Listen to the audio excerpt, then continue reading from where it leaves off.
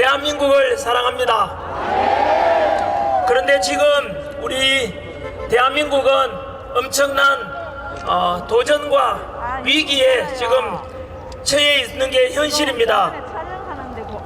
사실 오늘은 울산 집회에 왔는데요.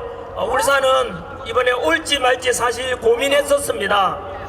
왜냐하면 다들 알다시피 영남 지역에 지금 대형 산불로 인해서 일주일 동안 너무나 힘들고 많은 이재민들과 또 희생자분들도 발생해서 너무나 마음이 무거웠습니다. 그나마 오늘 일주일째 되는 날인데요, 산불이 좀 진정되고 그래서 우리가 기도하는 마음으로 가서 또 빨리 산불이 진화되고 일상으로 돌아올 수 있도록 우리가 기도해주고 또 함께 성금도 모금하고 그런 차원에서 오늘 왔다는 말씀을 드립니다. 여기가 오늘 세이브 코리아에서 주도하는 오늘 집회인데요, 정말로 반갑고도 고마운 게 그래도 세이브 코리아에서 무려 2억 원이나 이렇게 이번에 발생한 우리 그 희생자분들을 위해서 2억 원을 기부하기로 했다고 하는데요, 저는 굉장히 감사드리는 마음을 강사로서 또 여기에 연단에 선 사람으로 세이브 코리아 측에 감사하다는 말씀을 전합니다. 네, 오늘 여기 참여하신 분들도 아마 화면에 나가든가 할 것 같은데요, 동영상으로 보신 분도 마찬가지로 우리 세이브 코리아에서 모금운동도 같이 합니다. 하나도 속임없이 그대로 다 전달할 거니까요, 저도 마찬가지고 그 모금에 참여해가지고 이번에 이재민들까지 발생했지 않습니까? 집도 불타고 있는데 그분들께 도움될 수 있도록 함께 힘을 모아주시기 바랍니다. 네, 지금 대한민국은 비상계엄 이후로 탄핵 정국에서 120일 가까이 됐는데요, 3개월이 됐지요, 4개월이 됐지요. 그런데 이 시국에서 이틀 전에 뉴스에 보니까 중국에서 우리나라 서해안에 바로 한중 잠정 수역이지요, 한중 잠정 수역에 대형 인공 구조물을 설치했다, 이런 뉴스 보셨습니까? 네, 중국에서는 이거 설치하면 안 된다. 왜냐하면 그 지역에는 우리나라 배타적 경제 수역과 중국의 배타적 경제 수역이 겹치기 때문에 이 지역에는 어느 나라도 인공 구조물을 설치하면 안 된다라고 약속이 되어 있는데 중국에서는 무려 높이가 50m나 되는 그런 대형 인공 구조물을 설치했다는 것이죠. 우리나라에서 항의를 하게 되니까 중국에서는 그거는 양식장을 위한 것이다 라고 발표를 했습니다. 하지만 여러분, 그 거짓말입니다. 양식장이라고 했지만은 거기는 미사일을 설치할 수도 있게 될 겁니다. 이미 중국은 우리나라 서해안 말고 남중국해에도 그렇게 인공 구조물을 설치했다가 결국 군사시설로 바뀌었습니다. 그래서 이런 걸 볼 때 중국에 대해서 우리가 늘 경계해왔던 게 무엇입니까? 제 친구 중에서는 인도네시아 여자랑 결혼해서 살고 있는 친구도 있습니다. 우리나라에 베트남 사람들도 많이 와 있지 않습니까? 태국 사람들도 많이 와 있지요. 네팔 노동자들도 많이 와 있지 않습니까? 하지만 여러분, 네팔인이나 또는 태국 사람들이나 또는 베트남 사람들이나 그 사람들 두렵습니까? 두렵지 않지 않습니까? 그죠? 우리나라 노동 현장에도 많이 와 계시고 또 국제 결혼해가지고 살고 계시는 분들도 많지 않습니까? 그 베트남이나 네팔이나 태국이나 필리핀이나 이런 나라들이 두렵지 않은 이유는 그 나라들은 우리 대한민국을 군사적으로 침략하거나 영토를 점령하려는 그런 의도가 없다는 걸 우리가 알기 때문 아니겠습니까? 그런데 알다시피 중국은 현재 서해안에 그 인공 구조물 설치하는 것도 대표적인 사례가 되겠고요.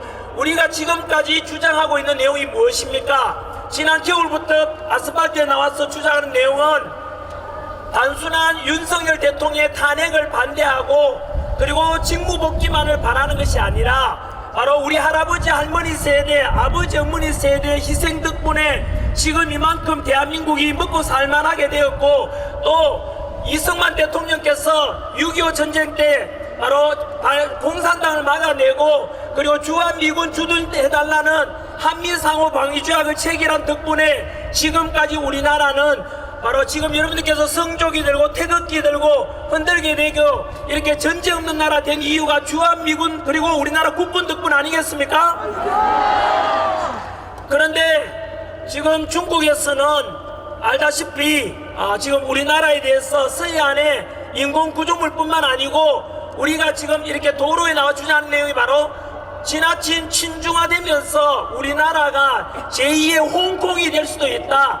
이런 위험과 두려움 속에서 사실은 자유민주주의를 수호하자는 주장을 우리가 하고 있지 않습니까? 그렇지요? 지금 자유민주주의가 너무나 위협을 받고 있다 이 뜻입니다. 저는 역사를 26년간 가르쳐온 강사입니다. 그래서 역사를 가르쳐보고 배우면은 과거를 알면은 지금을 이해할 수 있게 되고 지금을 이해할 수 있으면 앞날을 예측할 수가 있어요. 우리는 과거에 중국이 세웠던 수나라, 당나라 그리고 그리고 그 뒤로 맨 중국이죠. 그러한 여진 침입을 받았고 조선시대 때는 중국이 세웠던 후금 그리고 청나라로부터 많은 침략을 받았지 않습니까? 따라서 앞으로도 마찬가지로 중국이 지금 워낙 비대해졌기 때문에 우리나라가 까딱 잘못하면은 중국에 다시 속국이 될 수 있다고 저는 생각하기 때문에 제가 역사 강의를 그만두고 바로 이렇게 도로에 나오는 이유가 바로 우리 지금 대한민국의 자유민주주의가 위협받고 있고 머지않아서 우리나라도 까딱 잘못하면은 홍콩처럼 될 수 있다 이런 생각이 들어서 그 위기감 때문에 나오게 된 것입니다. 여러분 우리가 알고 있는 과거의 홍콩의 모습은 어떻습니까? 홍콩은 국제 동아시아의 무역도시이고 금융도시로서 너무나 홍콩은 자유함이 넘치는 도시였지 않습니까? 그런데 지금 홍콩 가보십시오. 어떤 모습인지를요. 지난 99년 동안 영국이 홍콩을 지배할 때는 자유함이 넘쳤지만 그것을 중국으로 넘겨둔 뒤로 중국은 홍콩을 군사적으로 점령한 것이 아니지 않습니까? 그런데 지금 홍콩 가보십시오. 홍콩 가서 이미 홍콩에는 당도 몇 개 있는지 아십니까? 마지막 남아있던 야당이 지난달에 없어졌습니다. 중국에는 마찬가지로 홍콩에도 바로 중국 공산당 하나밖에 없습니다, 여러분. 그리고 홍콩에 가보십시오. 예를 들어 택시에서도 어디든 시진핑 비판하는 말만 하면 잡혀가게 됩니다. 여러분 지금 홍콩의 모습은 우리가 생각했던 그런 자유함이 없습니다. 이미 중국의 속국이 되어버렸고요. 그래서 지금 홍콩은 비참한 모습이 되었는데 이미 지난 10년 전이죠. 2015년 홍콩 사람들도 야 이거 딱 잘못하면은 중국의 속국이 되겠다 싶어서 다들 아실 겁니다. 노란 우산 들고 수십만 명이 나와서 중국 물러가라, 홍콩의 자유를 원한다, 우리가 지금 모여서 이렇게 외친 것처럼 수십만 명의 홍콩 사람들이 자유를 부르짖고 노란 우산은 들었지만 이미 늦어버렸지 않습니까? 우리도 그렇게 될 수 있다는 뜻입니다. 다시 한 번 더 말씀드리지만 홍콩은 중국에 의해서 군사적으로 침략을 받아서 중국 속국이 된 것이 아닙니다, 여러분. 바로 친중 정치인들, 행정장관을 먼저 보냈지 않습니까? 그리고 중국에 유리하도록 법을 다 바꿨습니다. 그러면서 이민정책을 펴가지고 중국 사람이 계속 홍콩으로 건너가고, 그래서 결국은 홍콩은 군사적으로 침략도 없었지만 이미 홍콩은 아까 말씀드린 대로 중국 사회주의 국가가 되어버렸다 이 뜻입니다. 여러분 대한민국도 마찬가지입니다. 이미 제가 전에 광주 집회 때 말씀드린 대로 우리 윤석열 대통령께서도 말씀하신 대로 우리나라는 현재 중국과 하이브리드 전쟁을 지금 펼치고 있는 택입니다. 또는 제가 체제 전쟁이라 그랬지 않습니까? 체제 전쟁을 넘어서 우리가 초안전이라 초안전이 바로 이겁니다, 여러분. 러시아 우크라이나 전쟁처럼 군사적인 게 아니고요, 바로 한계를 뛰어넘는 전쟁이라는 뜻으로 중국은 우리 나라에 대해서, 남한에 대해서 정치적으로 이미 친중 정치인들이 어느 당에 많이 왔지 않습니까? 친중 정치인들을 먼저 침투시킵니다. 그리고 막대한 자본력을 이용해서 우리나라 지금 여의도나 강남 가보십시오. 중국이 투자해서 세웠던 빌딩이나 부동산이 넘쳐납니다. 한때 제주도도 그랬지 않습니까? 이렇게 해서 정치인들을 먼저 침투시키고 신중화시키고 경제적으로 며칠 전에 일이 있었지요. A라는 기업이 매물로 나왔습니다. 예를 들어 1조 원 가치가 되는데 현재 우리나라 경제가 어려우니까 야, 그 기업 1조 원에 어떻게 매입하냐 치우자라고 하는데 중국은 2조 원 주어서 중국 자본으로 사겠다는 겁니다. 그러면 그 기업 누구게 됩니까? 중국게 되는 거예요, 여러분. 중국은 우리가 생각하는 이상입니다. 인구가 우리보다 얼마 많은지 아십니까? 우리나라보다 30배가 많습니다. 우리는 5천만이고 중국은 15억입니다. 30배가 많고 국토 면적은 남한 면적의 95배가 넓어요. 쉽게 말하면 여러분들이 중국이라고 생각해 보세요. 중국인이 사우스 코리아 남한 사람들을 생각할 때는 인구가 30분의 1밖에 안 되는 조그만 나라, 국토 면적은 거의 100분의 1밖에 안 되는 조그만 나라. 과거 역사적으로 중국 역사는 어떻게 배우는지 아십니까? 거의 우리 조선을요, 대한민국을 과거부터 역사적으로 중국의 속국이라고 이게 역사책에 배웁니다. 중국인들은. 그러면 그 중국인들이 한국인에 대해서 어떻게 인식하는지 대충 감이 오시죠? 만만한 게 그래서 남한이다 이 뜻입니다. 지금 현재 미국이 워낙 중국에 대해서 제재를 가하니까 중국이 1대1로 사업에 이어서 나갈 곳이 바로 남한밖에 없는 겁니다. 홍콩 먹었지요. 원래 대만 먹으려고 했는데 대만이 선거제도 개편해가지고 부정선거를 없앴습니다. 수개표, 수자거 그 자리에서 선거 창관이 보는 데서 개표하고 그 자리에서 투표한 미동 없이 집계해가지고 친중 정치인들이 부정선거를 통해 전산 조작을 통해서 당선될 가능성을 아예 차단했다는 겁니다. 그래서 결국은 중국은 대만에 대해서 정치적으로 초안전을 통해서 침투하려는 걸 이제 포기했던 것입니다.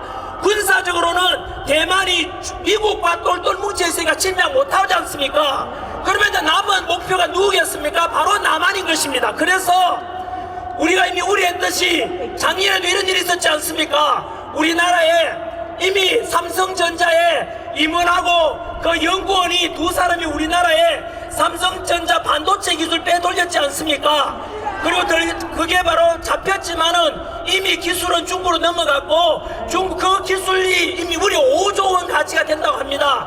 그 5조 원이 삼성전자에서 그 기술을 개발하는 데 들어가는 비용만큼 된다고 합니다, 여러분. 이러면은 그 중국에다가 첨단 기술 넘겨주면 안 되지 않습니까? 그리고 제 작년에 바로 부산에서 정박 중에 있던 미 항공모함에 중국 유학생이 와서 드론으로 사진 찍다가 걸렸지 않습니까? 잡아서 포렌식 수사해보니까 바로 그 사람은 유학생이 아니고 중국 공산당 핵심 멤버였고, 그리고 지난 2년 동안에 국정원과 그리고 미국 평택 미군기지 그 사진을 전부 찍은 중국 간첩이었습니다. 그런데 간첩죄 적용해서 잡으려고 처벌하려고 하니까 처벌할 수가 없습니다. 왜냐하면 지금 현재 우리나라 법에는 바로 북한 사람들만 간첩죄를 적용할 수가 있어요. 그러면 개정해서 북한 사람이 아니고 중국인이든 외국인이든 우리나라 핵심 군사 기밀을 빼가거나 또는 반도체 기술 빼가면은 간첩죄를 적용해서 처벌해야 되지 않겠습니까? 그런데 지난해 그걸 막았던 당이 있습니다, 여러분. 간첩죄 적용해서 이제 개정해서 중국인이든 외국인이든 간에 우리나라 지하자원이 납니까? 뭐 납니까? 석유도 안 나지 않습니까? 첨단 기술로 우리나라 지금 먹고 살고 있는데 그 기술 유출하는 걸 막자, 간첩죄 적용하자, 군사기밀 빼가면 안 된다, 간첩죄 적용하자 라고 해서 개정하려고 했는데 반대했는 당이 어느 당입니까, 여러분? 민주당에서 그 간첩죄 개정을 반대했다는 뜻 아닙니까? 이렇게 해서 결국 중국인들이 우리나라에 군사기밀 빼가고 이미 우리나라에 중국 화교 포함해서 80만 명 이상이 들어가 있습니다. 스카이 대학 가는 게 우리나라 학생이 스카이 대학 가는 것보다 중국인들이 스카이 대학 가는 게 더 수월하도록 돼 있고, 로스쿨 통해서 변호사 되고 판검사 되는 것도 중국인들이 더 쉽게 갈 수 있도록 돼 있습니다, 여러분. 이렇게 해서 결국은 우리나라의 중국인들이 정치적으로 그리고 군사적으로 경제적으로 투자를 해서 결국은 점점 남한이 바로 중국 땅에 100분의 1밖에 안 되는 이 땅덩어리가 결국은 머지않아서 우리가 정신 차리지 않으면 중국의 속국이 될 것입니다, 여러분. 제2의 홍콩이 될 것입니다, 여러분. 우리가 왜 탄핵 반대 주장하고 왜 윤석열 대통령 정부 복귀를 주장하는데요? 바로 자유민주주의 대한민국을 수호하기 위함 아닙니까? 그래서 저는 이런 발언이 중국 대사관에서 듣는다면 전한길이가 중국에 대해서 혐오 발언한다고 하는데, 제가 혐오 발언하는 게 아니라 외서해안에 서로 합의되지 않은 그런 인공구조물을 설치하느냐, 그게 먼저 잘못된 거 아닙니까? 왜 우리나라에 우마오당이라고 들어봤습니까? 중국 댓글 부대가 우리나라 댓글에 너무나 많이 참여했던 것도 드러났지 않습니까? 그리고 우리나라 지금 여론에도 얼마나 우리나라 남자 여자 서로 혐오하게 만드는 그 댓글들이 중국인들이 와서 달았다는 그런 정황도 많지 않습니까? 이렇게 해서 중국이 우리 남한에 대해서 과거에도 그랬던 것처럼, 역사적으로 그랬던 것처럼 정치적으로 친중 정치인들을 자꾸 포섭하고, 심지어 여러분 알고 계십니까? 곧 다가올 4월 2일 지방선거가 있는데 그 지방선거는 중국인들도 투표권 가지고 있는 거 알고 계십니까? 그러면 중국인들이 투표권 행사하면은 그 중국인들한테 잘 보이기 위해서 당선되고자 하는 후보들은 또 친중적인 정책을 펼 거 아닙니까? 그러다 보면은 아까 말씀드린 대로 중국이 우리 남한을 군사적으로 침략하진 않더라도 홍콩처럼 친중 정치인들 보내고 친중적인 법을 만들고 개정하고 이민법을 펼쳐서 점점 오도록 만들고, 그러면 결국은 우리나라는 중국의 속국이 머지않아 될 것입니다. 그래서 저는 돈 잘 벌고 인기 있던 강사가 왜 여기에 나왔겠습니까? 제 친구는 저보고 쓰레기를 하기도 했고 집에서 욕먹어가면서 제가 나온 이유가 뭐겠습니까? 바로 이런 현실을 국민들에게 알려가지고, 그래서 중국도 대만을 포기한 것처럼 정치적으로 우리 남한에 대해서 더 이상 도저히 남한은 똘똘 뭉쳐 있어서 중국이 침투할 구멍이 없도록 그렇게 우리 알려주게 되면 중국하고 우리도 상호 평등한 상호 좋은 관계 속에 교류할 수 있지 않겠습니까? 중국인들은 우리나라 와서 부동산 살 수 있죠. 하지만 우리나라 사람이 중국 부동산 구입할 수 있습니까? 없습니까? 없지 않습니까? 우리는 중국 가 있으면 그 우리나라 사람들에 대해서 투표권 줍니까? 안 줍니까? 안 주잖아요. 뭔가 잘못됐잖아요. 그래서 국민 여러분, 그리고 2030 세대 여러분들은 먼저 잘 알고 계시지 않습니까? 저는 서해안에 중국이 이런 인공구조물을 설치했다는 것은 군사적 침략의 야욕이라고 저는 생각합니다. 그래서 철저한 한미동맹을 통해서 이런 침투를 막아내고 우리가 똘똘 뭉쳐서 힘을 길러야 됩니다, 여러분. 그러기 위해서는 빠른 시일 내로 윤석열 대통령 정부 복귀하고 자유민주를 지켜야 되지 않겠습니까? 두 번째, 오늘부로 탄핵 정국이 지금 거의 4개월째 됐습니다. 4개월. 1사분기가 지났다는 뜻입니다.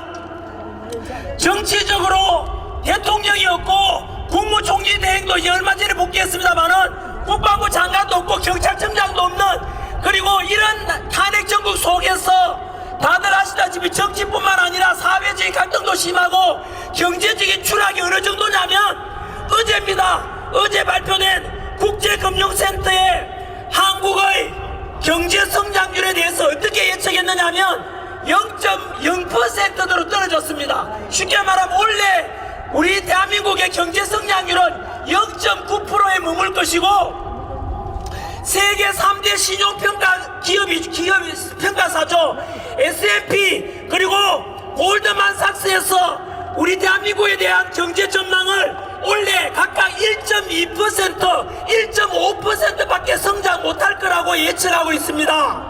여러분, 국제정세가 지금 이렇게도 중국에 대해서도 그렇고 미국 트럼프 대통령 관세 정책을 펴고 있지 않습니까? 이런 위중한 너무나 급박한 국제 정세 속에서 우리나라 경제 성장에 대해서는 0%대처럼 대한민국이 이제 멈춘다 이 뜻입니다, 여러분. 이거 여러분 국정 공백이 지금 4개월째 계속되고 있지 않습니까? 제가 아는 공무원들은 고위 공무원인데 일을 못하고 정책 결정을 못하겠대요. 왜냐하면은 불확실성 때문에요. 한쪽에서는 뉴스 틀면 조기 대선한다 하지요. 한쪽에서는 자꾸 탄핵 반대하고 윤석열 대통령 복귀한다 하지요. 그러니까 제대로 어떻게 될지 몰라가지고 국가 정책을 결정을 지금 못하고 있다고 합니다. 제가 아는 공무원이 말했습니다. 뿐만 아니지 않습니까? 오늘도 그렇듯이 오늘 울산 와보니까 벚꽃 집회가 있던데 봄은 왔지만 우리 마음에는 현실은 봄이 오지 않고 있지 않습니까? 그러면 국민들은 이렇게 찬성, 탄핵 반대, 나뉘어져 갈등은 극에 달하고 있는데 과연 국민 여러분들께서는 어떻게 하는 것이 가장 대한민국의 이러한 시급한 경제를 살리고 국정 정상화시키고 다시 도약할 수 있도록 하겠습니까? 어떻게 하면 되겠습니까, 여러분? 지금 대한민국이 밖으로는 중국이 점점 침입해오고 안으로는 우리끼리 반토막 나있고 지금 대통령도 없고 국방부 장관도 없고 경찰청장도 없고 치안도 지금 이만저만 혼란스러운 게 아니지 않습니까? 이런 속에서 어떻게 하면 되겠어? 이런 말이 있습니다, 여러분. 위대할수록 상식적이고 중요할수록 간단하다, 이런 말도 있습니다. 여러분, 너무나 간단하게 해결할 수 있는 방법이 있습니다. 이런 국가의 현실을 헌법재판소의 재판관들도 알고 있다면은 작은 만큼이나 국가를 생각하고 국민을 생각한다면은 즉시 헌법과 법률에 따라서 윤석열 대통령에 대해서 탄핵을 기각시키고 직무복귀하고 그래서 빠른 시일 내에 국가 시스템이 정상화되는 거 이거 얼마나 쉬운 일입니까, 여러분? 중요한 문제일수록 간단하다 그랬지 않습니까?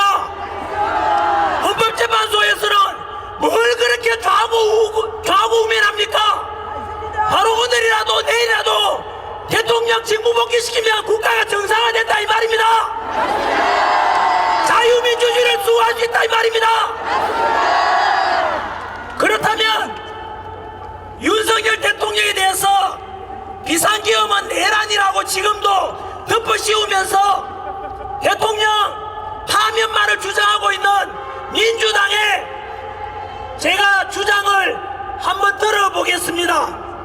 민주당에서는 우리가 다 알다시피 전과사범 현재 재판 중인 것만 5건, 범 5건 아닙니까? 잘못하면 전과 구범이 될 만한 이재명 이런 옛날 입만 떨면 거짓말하고 국민들에게 욕하고 그 범죄도 무슨 범죄인지 아십니까? 전과사범이 민주화 운동에서 만든 정과가 아닙니다, 여러분. 그 정과가 사범이 바로 사기범죄입니다, 여러분. 검사 사칭했지 않습니까? 그리고 옆에 우리 경찰분들 공무집행 중에 있지 않습니까? 공무집행하고 있는 경찰에 대항하고 맞으면 됩니까? 안 됩니까? 안 되지 않습니까? 근데 이재명 민주당 대표는 공무집행 방해를 했습니다. 그리고 음주운전을 했습니다. 그리고 형수한테 쌍욕했는 것을 다 알고 있지 않습니까? 저는 이재명 대표를 지지하든 안 하든 그거는 각자 자유입니다만은 저는 이재명 대표를 만약에 지지하고 윤 대통령이 돼야 한다고 생각하는 사람들은 앞으로 이렇게 하셔야 되죠.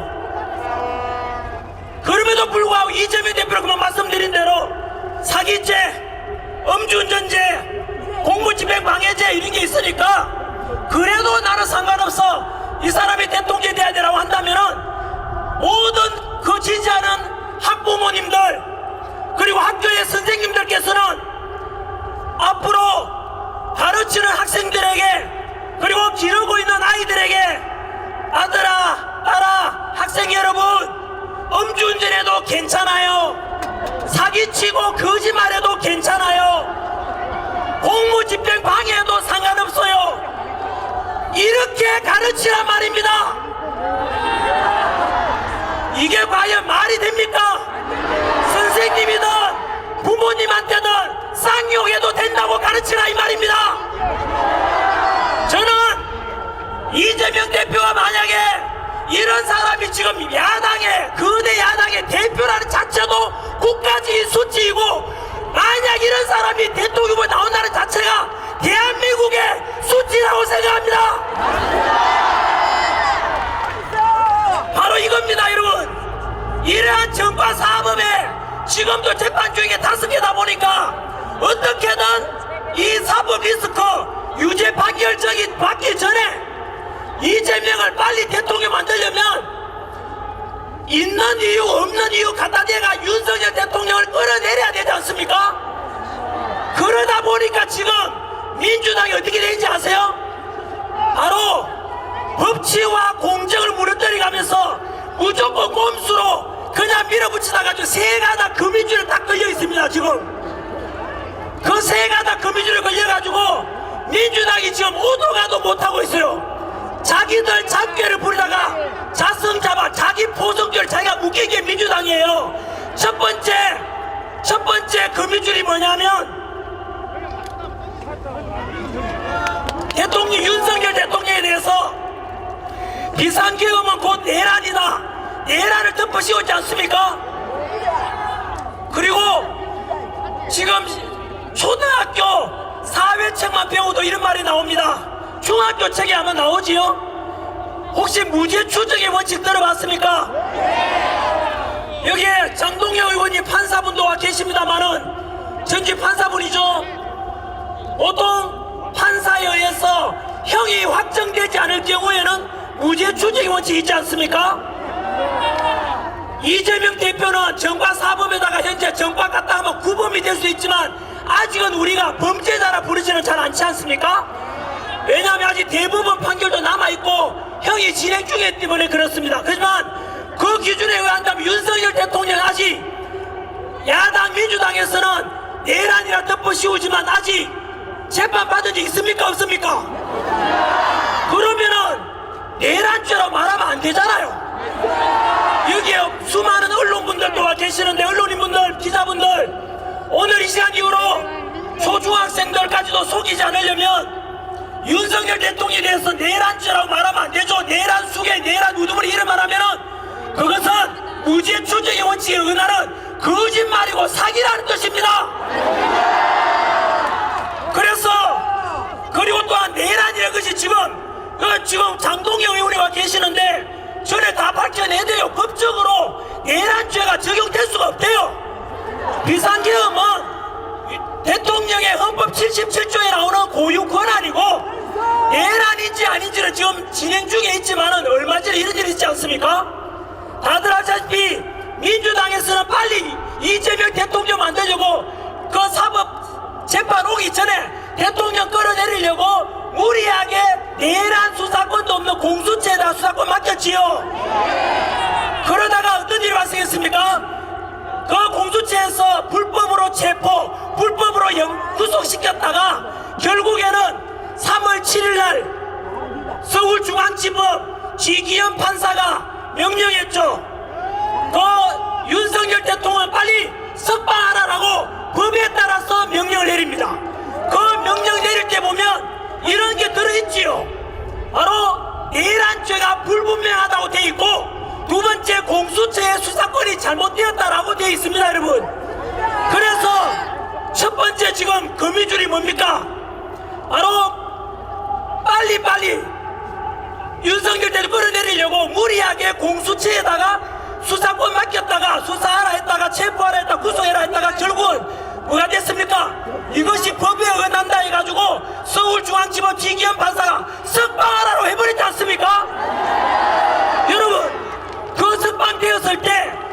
민주당에서 그렇게 거짓말 잘하는 이재명 대표도 그 지기현 판사에 대해서 한마디도 비판 못했습니다.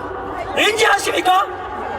법에 따라서 판결했기 때문인 거예요. 결국은 윤석열 대통령에 대한 내란죄 덮어 씌우려고 하고도 잘못됐고 체포와 구속도 잘못됐다는 뜻입니다. 할 말이 없어졌지요. 두 번째 거미줄이 뭔지 아십니까? 바로 비상계엄 이후에 우리가 알아버렸지 않습니까? 29번의 탄핵과 그 뒤로 국무총리 탄핵했다가 지금 정무부에 다시 또 탄핵시키려 하고 있지 않습니까? 그런 걸 알게 되면서 국민들이 개몽돼가지고 현재 대통령 지지율이 50%를 넘었지 않습니까? 이게 전부 다 무리한 탄핵 민주당이 저지른 것에 대해서 저거들 때문에 윤석열 대통령이 가만히 있는데도 불구하고 국민들이 알아가 지지율이 50% 넘어버렸다 이겁니다. 여러분, 그러면 헌법재판소도 곤란하겠지요? 박근혜 대통령 때는 당시 지지율이 10%가 안 되기 때문에 90% 이상이 탄핵을 원하니까 그냥 8대0으로 대통령 파면시켰잖아요. 근데 지금은 윤석열 대통령 지지율이 50% 실제로 60% 훨씬 넘습니다, 여러분. 그런데 무리하게 이러다 보니까 윤석열 지지율 자꾸 올라가니까 탄핵시킬 있습니까 없습니까? 이게 두 번째 거미줄이고 세 번째 거미줄이 뭔지 아십니까? 바로 헌법재판소에서 기억나십니까? 원래 법적으로는 180일 즉 6개월 동안에 윤석열 대통령에 대해서 탄핵시킬래 말래. 왜 대통령을 탄핵하는 건 쉽지 않잖아요. 신중하게 하라고 그렇게 법적으로 정했는데 기억나시죠? 헌법재판소 재판심리 과정에서 문영배 권한대행이 헌법재판소장의 권한대행이 무리하게 재판 밀어붙였지 않습니까? 그러다가 다 알다시피 빨리 윤석열 대통령을 파면시켜야 빨리 이재명 대통령이 만드니까 그러다가 복잡한 내란죄를 빼버렸잖아요. 국회에서 대통령을 탄핵 가결할 때는 내란죄로 가결해놓고는 헌법재판소 내란죄를 드러냈잖아요. 전체 80% 해당되는 게 내란죄입니다. 그걸 빼고 나면 도려내고 껍데기밖에 안 남잖아요. 결국에는 무리하게 빨리 대통령 파면시키려고 하다가 결국은 또 자기 꾀에 자기가 넘어가서 결국에는 지금 무슨 일이 발생했냐면 헌법재판소 법에 따라 의하면은 우리나라 최고 헌법 권위자 허영 교수님께서 말씀하시기를 헌법재판 심리 과정에서 무려 10가지 위법 사항이 발생했대요. 10가지. 그러면 여러분 이제 헌법재판소는 오도 가도 못하게 돼 있어요. 쉽게 말하면 절대로 대통령에 대해서 인용 파면할 수 없다 이 뜻입니다. 왜 그렇다고요? 내란죄를 뺐고 위법사항이 10가지나 있기 때문에 허영 교수님께서 말씀하셨던 겁니다. 언론인들 허영 교수님이라고 왜 말하지 않는가? 우리나라 최고의 권위자입니다. 헌법에 그분께서 말씀하시기를 이렇게 위법사항이 10가지나 있는데 이름에도 불구하고 대통령을 인용하고 탄핵 인용 파면시키면 헌법재판소가 가루가 되어 사라질 것이다 라고 허영 교수님이 말했어요. 그러면 여러분 금방 말씀드린 대로 세 가닥 거미줄에 민주당은 이제 오도 가도 못한다 이 뜻입니다. 첫 번째 거미줄이 뭐였지요? 벌써 잊었어요? 첫 번째는 내란죄를 무리하게 덮으셔도 공수처에다가 수사권 맡겼다가 지기현 서울중앙지법 판사가 대통령 체포도 잘못됐고 구속도 잘못되니까 석방하라라고 법에 따라 판결했잖아요. 그러니까 석방된 대통령을 다시 잡아갈 수 있습니까 없습니까? 없지요. 파면시킬 수가 없다고. 두 번째 장기에 부리다가 바로 거미줄에 걸린 게 어이쿠 빨리빨리 진행하려고 하다 보니까 민주당이 29번 탄핵했다는 걸 국민들이 알아버렸고 국민들이 그래서 윤석열 대통령 다시 살려내라 억울하다 잘못했다가 알아버렸고 대통령 지지율이 50% 60% 됐으니까 탄핵이 있습니까 없습니까? 세 번째 거미줄이 금방 말씀드린 대로 헌법재판소의 재판 진행 과정에 위법 사항이 몇 가지가 나왔다고요? 10가지가 나와가지고 도저히 허영 교수님께서 말씀하시기를 절대로 이대로 대통령을 파면할 수가 없다라고 했다니까요. 그러니까 헌법재판관들 입장에서도 도저히 이거는 답이 안 나와. 여러분, 그러면 이 세 가닥 금민줄에 딱 걸린 민주당이 지금 어떻게 되겠습니까?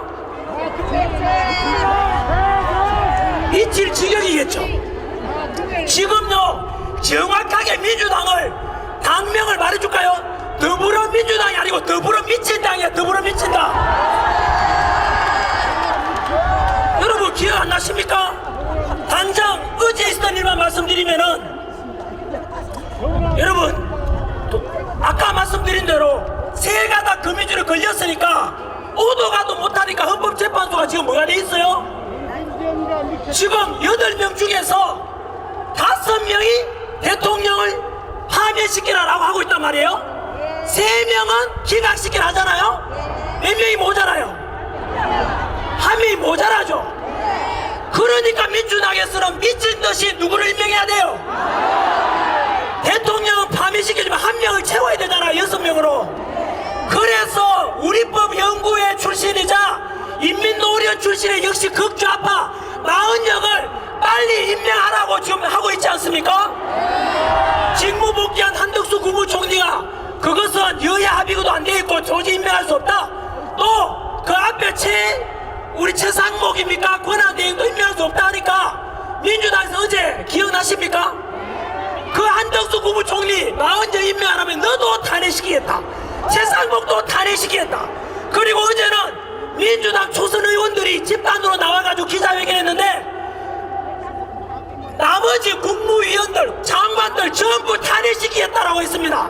여러분, 그래서 주장한 게 뭔지 아십니까?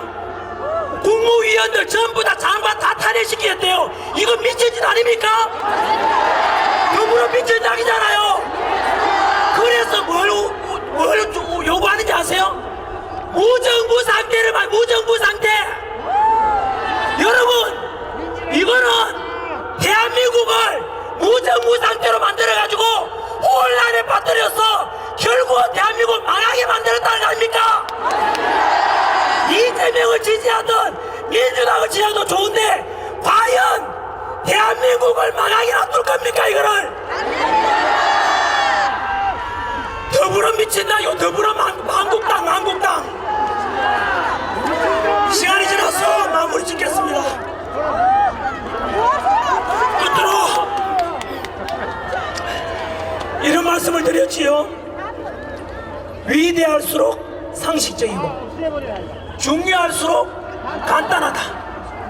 저는 이 방송을 보시는 우리 헌법재판관 8분에게 간단한 걸 선택하라고 말씀드리겠습니다.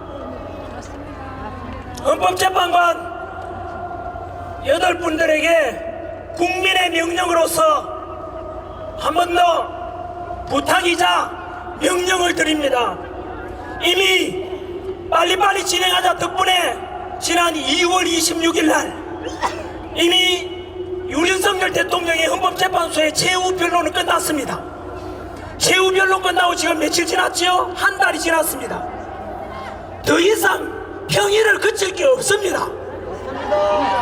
헌법재판관들은 하는 일도 없이 지금 계속해서 이러지도 못하고 저리 못하고 있지 않습니까? 민주당의 끈앞으로 되어서 계속 마은영 임명할 때까지 기다리라 하잖아요. 그러면은 헌법재판관님 우리나라 어떻게 됩니까 지금? 까딱 잘못하면은 나라가 망한다고요. 망해. 오늘이 3월 29일입니다 한 번 더 부탁드립니다.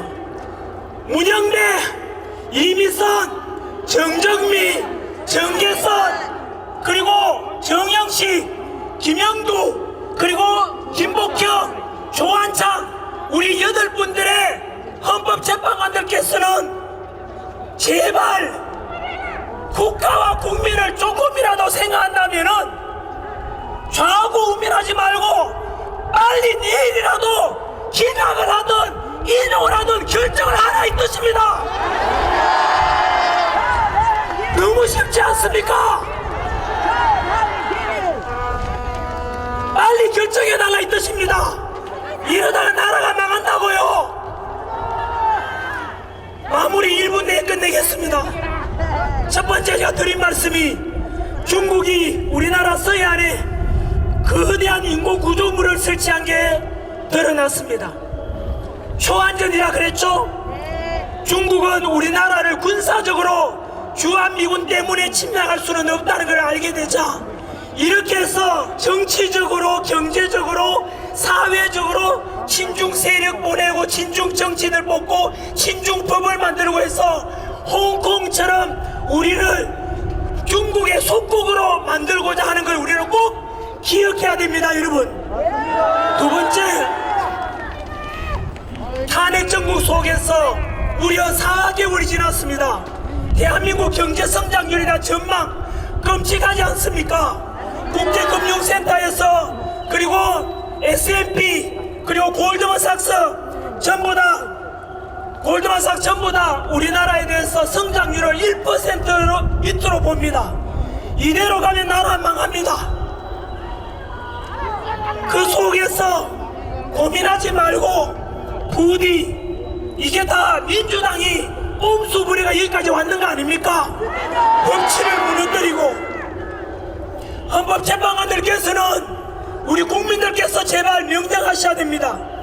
40억 임명대제가 기다릴 이유가 뭐이냐고. 박근혜 정부 때도 박근혜 탄핵 정부 때도 그때도 8명으로 판결했잖아요.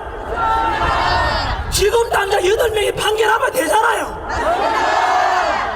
부디 4월을 기다리지 말고 더 이상 문영배 이미선 임기를 연장시키지 말고 진짜 우리 국가와 국민을 생각한다면 빨리 선고를 해달라 이 뜻입니다. 국민 여러분, 2030 세대 여러분, 전환길이 옥시어가면서 이렇게 외치는 이유가 무엇이겠습니까? 우리가 추구하고자 하는 가치는 우리의 개인 이익을 위한 것이 아니라 우리 대한민국과 2030 세대들과 미래 세대들을 위해서 보편적 가치를 넘겨주고자 하는 것입니다. 그 보편적 가치가 무엇입니까? 그것이 바로 자유민주주의고 그것이 바로 자유 그리고 법치주의 공정 상식이 존중되는 그런 대한민국을 만들어야 되지 않겠습니까? 이런 자유민주주의 이런 걸 우리가 잘 이번에 극복해서 국민 통합시키고 윤석열 대통령 정부 성공시키도록 지치지 말고 끝까지 응원해 주시고 그래서 우리 아들, 딸, 손자, 손녀들이 살아가는 세상은 자유함이 넘치는 이런 대한민국을 물려줘야 되지 않겠습니까? 여기까지 하겠습니다. 목이 쉬어서 더 이상 못하겠습니다. 여러분, 위대할수록 상식적이고 중요할수록 간단하다. 꼭 헌법재판관들께 그런 말씀 드리겠습니다. 또 우리 세계지 스타 싸이가 말씀한 바라기를 지치면 지고 미치면 이긴다 했습니다. 여러분, 지금 관제에 계시는 윤석열 대통령께서도 이 화면을 보고 계십니다. 바로 우리 국민들이 윤석열 대통령 살려낸다고 말씀하셨습니다.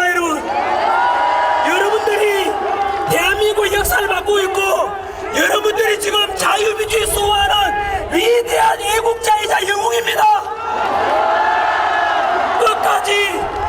끝까지 승리할 때까지 지치지 말고 미칩시다, 여러분.